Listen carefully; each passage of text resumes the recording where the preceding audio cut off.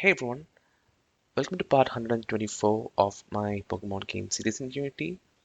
So in this video, we'll look at how to move Pokemon between boxes and party. We'll also be able to switch the position of two Pokemon in the box like this.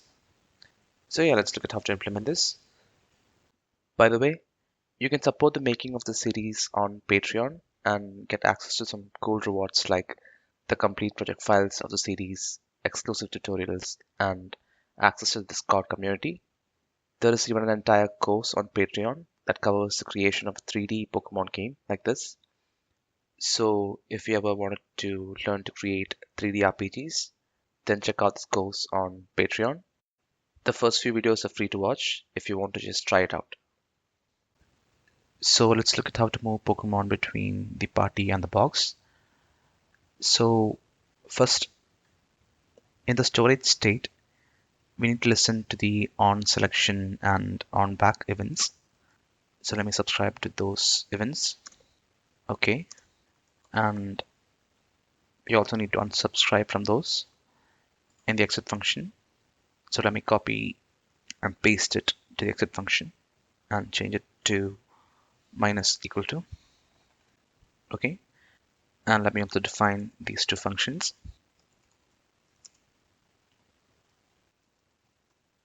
All right. And by the way, let me just rename this to on slot selected to make it more clear. All right. So when we select a slot, we should take the Pokemon from that slot. And then when we select a different slot, we should put the Pokemon that we took into that second slot. Right. So it is kind of like switching Pokemon from the party screen. We have already implemented that, right? So when we select a slot, we have to take the Pokemon from the slot and we have to mark that we are trying to move a Pokemon, right? So here I'll create a Boolean variable called is moving Pokemon. I'll set it to false by default. And when we select the slot, if we are not already moving the Pokemon, then we need to take the Pokemon in this slot, right? So the challenge here is this slot can either be a party slot or a storage slot, right? So the way that we retrieve data from these two slots will be different. Okay, so what I'll do is I'll encapsulate all those logic into a different function, which I'll define in the storage UI. So here I'll create a public function called take Pokemon from slot. Okay, so this will take the slot index, and based on the type of slot, we'll have to either take the Pokemon from the party or from the storage box. Okay, so first we need to check if this slot is a party slot or a storage slot. So how can you do that? So since we know that the number of columns in our grid is 7, all our party slots will be a multiple of 7. Okay, so the index of this one, the first one will be 0, second one will be 7, the third one will be 14, 21, and so on. Okay, so since we have 7 columns, all our party slots will be a multiple of 7. Okay, so if the slot index is multiple of 7, that means it is a party slot. Okay, so I'll create a function for that over here. I'll call this function is party slot, and it'll take the slot index, and from here we just need to check if the slot index is a multiple of 7. We can do that by using the mod operator. All right, and by the way, I don't want to hard code 7 over here because in future I might want to change the number of columns in my box storage UI. So let me just define a variable for that over here. I'll just call it total columns. Okay, and we can also use that for setting the grid width, and I'll also replace it over here. So now to take Pokemon from the slot, first we have to check if it is a party slot or a box slot, right? So if it's a party slot, then we have to take from the party, and otherwise we have to take from the storage boxes. Okay, so to take from the party, we can use party dot Pokemons of index, but the thing is we can't use the slot index over here. We have to use the index of the party, right? The party can only have 6 Pokemon, so we have to convert this slot index to party index, and we can easily do that by dividing the slot index by 7. Okay, so let me calculate the party index by dividing the slot index by 7, and then we can use that to get our Pokemon. So I'll create a variable above the if so that we can return the Pokemon. Okay, so we have to pass the party index over here. And after taking the Pokemon from the party, we also have to make sure to remove it from the party. So for that, we can set the Pokemon at this index to null. Okay, so when we take a Pokemon from the slot, we'll also remove it from the party. Okay, so another edge case that we have to handle here is the party index might be greater than or equal to the number of Pokemons in our party. Okay, so this will happen when we have less than 6 Pokemon in our party, and if we select the 6th slot, right? So if the party index is greater than or equal to number of Pokemons we have in our party, then we'll just return null. Okay, so this is how we can take a Pokemon from the party slot. So next, if the selected slot is a box slot, then we have to take from the storage boxes, right? So again, we can't use the slot index for the storage boxes. So we have to convert this into an index that can be used in storage boxes, right? So we can do that by subtracting the slot index by the number of party slots that we have before this index. Okay, so let me explain. So if I'm selecting this box slot, right, this one, then we have to subtract 1 because there is one party slot before that. And then if I'm selecting this one, then we have to select 2 because we have 2 party slots before that. And similarly, if I'm selecting this one, then we have to subtract 4 because we have 4 party slots before this box slot. Okay, so we can easily find the number of party slots before this slot index by dividing slot index by 7. And by the way, we don't want to hard code 7 over here. We have to use the total columns. Okay, over here also we have to use total columns. And since the index starts from 0, we also have to add a 1 over here since we want the number of party slots, right? So this is how we can calculate the box index.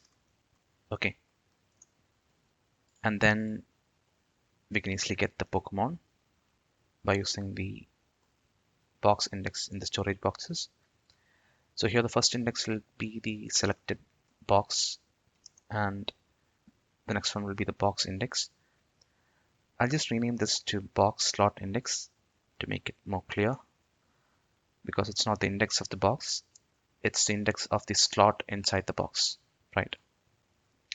So I'll store this into the Pokemon variable.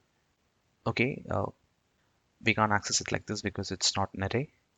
We have to use the dot get Pokemon function and pass the selected box and the box slot index, right? We're not exposing the array directly. We are using public function to encapsulate the logic. Okay, so I'll show the result back in Pokemon, and then I'll remove the Pokemon from the box slot. So I'll call storage boxes.remove Pokemon, and then I'll pass the index of the box and the slot. All right. So this is all you have to do to take a Pokemon from the box slot. And finally, we can return the Pokemon from here. Okay. So now when we select the slot, and if we are not already moving the Pokemon, then we can call storage UI dot take Pokemon from slot function to take the Pokemon in that slot. Okay. And if the Pokemon in that slot is not null, then we can start moving that Pokemon. So I'll set is moving to true, and I'll also save the index of the slot and the Pokemon which we have to move. So let me create two new variables over here. First one will be the index of the slot that we selected. So I'll call this selected slot to move. I'll set it to something like 0 by default. And then I'll also create a variable to hold the selected Pokemon to move. Okay, so from here we can set the selected slot to move. That will be our slot index, and the selected Pokemon to move will be this Pokemon that we took from the slot. All right. So else, if we are already moving the Pokemon and if we selected a slot, then we have to put the selected Pokemon into the newly selected slot. Okay. So to move the Pokemon, we have to make two selections. This will be the slot that is selected first, and inside the else, the slot index will be the second slot. Okay. So just to make things clear, I'll put this in variables called first slot index. So the first slot will be the selected slot to move, not Pokemon. And the second slot index will be the slot index that is currently selected. Okay. And next, we'll take the Pokemon from the second slot. And if there is a Pokemon in the second slot, then we'll try to switch the position of the Pokemon in the first and second slot. Okay, so let me call the take Pokemon from slot function, and let me take the Pokemon in the second slot. Okay, and then we have to put the Pokemon in the first slot to the second slot, and the Pokemon in the second slot to the first slot, right? We have to interchange their positions. So first, I'll put the Pokemon in the first slot to the second slot. All right, but we don't have a function for putting a Pokemon to the slot. So let's create a function similar to the take Pokemon from slot. So over here, I'll create a public function called put Pokemon into slot. So this will take a Pokemon and a slot index. Okay, and similar to the taking function, we'll have different implementation based on the type of the slot. So let me just copy this. If I guess I can copy the whole code from here. Okay, and in the case of party slot, if the party index is greater than or equal to the number of Pokemons that we have in our party, then we have to add that Pokemon to our party, right? I guess we can use the add Pokemon function of the party so that it will also call the on updated event and everything. Okay, and otherwise we can just set the Pokemon using the party index like this. Okay, so next, if the slot is a box slot, then we just have to call the add Pokemon function and pass the Pokemon as the first parameter. Okay, let me remove the assignment over here. And yeah, this is all we have to do to put a Pokemon into a slot. Let me just fix the typo over here. All right. So now from our storage state, we can put the first Pokemon, the Pokemon in the first slot to the second slot, right? So for that, I'll call storage UI dot put Pokemon into slot, and the Pokemon that we want to put is the Pokemon in the first slot, which is selected Pokemon to move, and I want to put it to the second slot, right? So I'll pass the second slot index. Okay, and next we have to call the put Pokemon into slot function again and put the Pokemon in the second slot to the first slot. Okay, so let me do that. And you only have to do this if the second Pokemon is not null. All right, we don't have to do this check for the first Pokemon because we are already checking it when we take it from the slot, right? So yeah, now we have interchanged the position of the first and second Pokemon that we selected. Okay, so now we just have to make sure to update the data of the Pokemon in the party slots and the storage slots by calling these two functions. Okay, so let me call those from here. All right, so there is one more thing we have to do. So if we take a Pokemon from the middle of the party, then that position will be null, right? So let's say we are moving a Pokemon from the middle of the party to the box, then this position will be empty. So we have to make sure to remove such empty positions. So over here, after we interchange the Pokemon, we'll make sure to remove any empty positions from the party, but we don't have access to the party from here, right? So let me create a reference to the party over here, and I'll get it from the awake function by using Pokemon party dot get player party static function. Okay, and now from here we can just make sure to remove all the Pokemon that are null. Okay, this will make sure that we can move the Pokemon from the middle of the party without any issues. Okay, so yeah, this is all you have to do to interchange the Pokemon. So next we have to handle the on back function. So from the on back, if we are already moving a Pokemon, then we should not pop the state. We should just cancel that movement, right? So if is moving Pokemon is true, then we'll set is moving Pokemon to false. And we also have to put the Pokemon back to the slot from which we took it, right?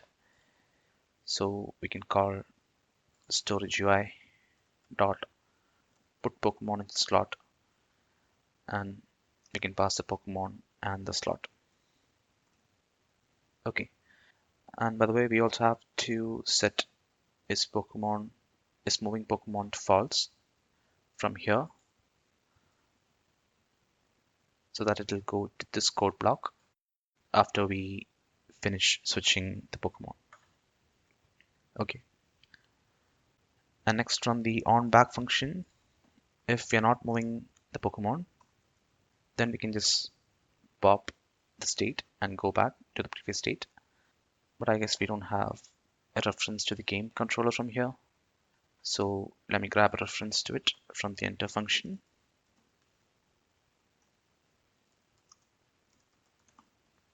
And now from the back function, we can call gamecontroller.stateMachine.pop to pop the state and go back to the previous one. All right. So I believe this is all we have to do. So let's go to Unity and try switching Pokemon between boxes and the party. Okay, so we have these two Pokemons in the box by default. So we have to remove them. We just did that for testing. Okay, so we have to remove these lines of code. And now let me test again. Okay, so now if I select a Pokemon from the party and try to place it in the box, you can see that it is working fine. Okay, we can also move the Pokemon in the box like this, and we can also try to interchange them. Okay, everything is working. Let me also try to interchange it with a Pokemon in the party. So yeah, you can see everything is working fine. Okay, and by the way, we can also switch the position of the party members from here, right? And by the way, there is one edge case that I want to handle here. So if I select a Pokemon from the party and if I try to place it in the last party slot, okay, that is giving me a null reference exception. So let me try to figure out what is causing that. Okay, so this wasn't the issue that I was trying to show you. But anyway, let's fix this issue first. So this issue is happening in the update data. So that is probably happening because when we are adding a Pokemon to the party, we'll invoke the event to update it in the UI, right? So the problem is we'll have null Pokemon while we are in the middle of moving Pokemon. So what we can do is instead of adding the Pokemon by using the add Pokemon function, we can add it to the list directly so that the on updated event won't be invoked, right? And then we can manually invoke that event once we remove all the null data from here. Okay, so once we remove all the null data, we can call party.party updated function, which will in turn call the on updated event and update it in the party screen UI.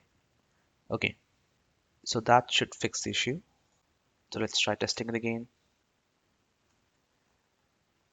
Okay, so now if I try to move this Pokemon into the last slot, we don't have another reference error, but we have another issue.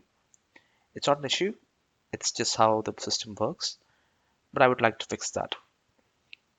So this was the thing that I was trying to show you first.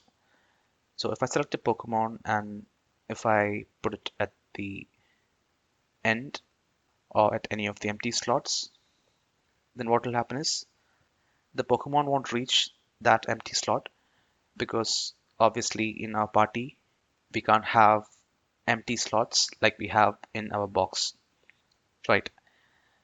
So since we are adding the Pokemon like this, the position of the Pokemon will change to the end of the party.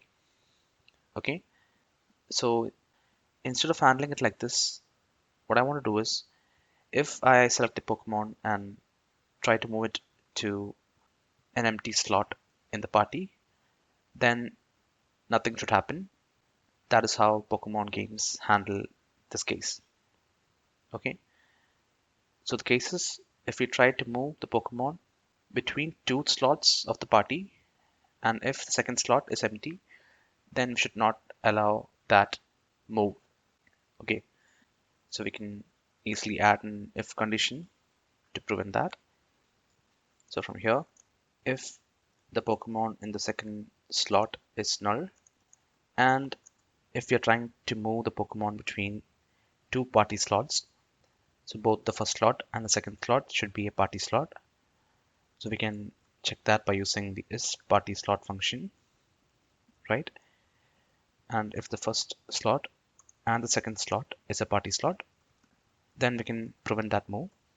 Okay, so we can prevent that move and put the first Pokemon back into its correct slot, right? So I'll call storage UI dot put Pokemon into slot function, and I'll put the first Pokemon into the first slot itself. Okay, and then I'll just return from this function. So this will help us to prevent that edge case.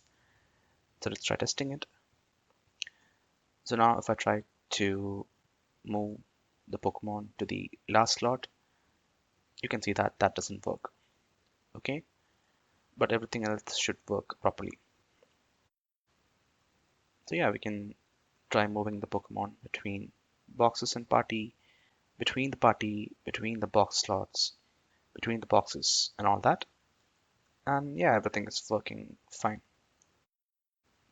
So next, one thing I want to improve is when I select a slot and then move to select the second slot, there is no indication in the UI that the first slot is selected. So that is one thing I want to improve. So I'll be doing that in the next video. I think we have covered enough for a single video. So yeah, I'll stop the video here. If you think these videos are helpful, please leave a like and consider subscribing to my channel. That will really help me out. So thanks a lot for watching, and I'll see you in the next video.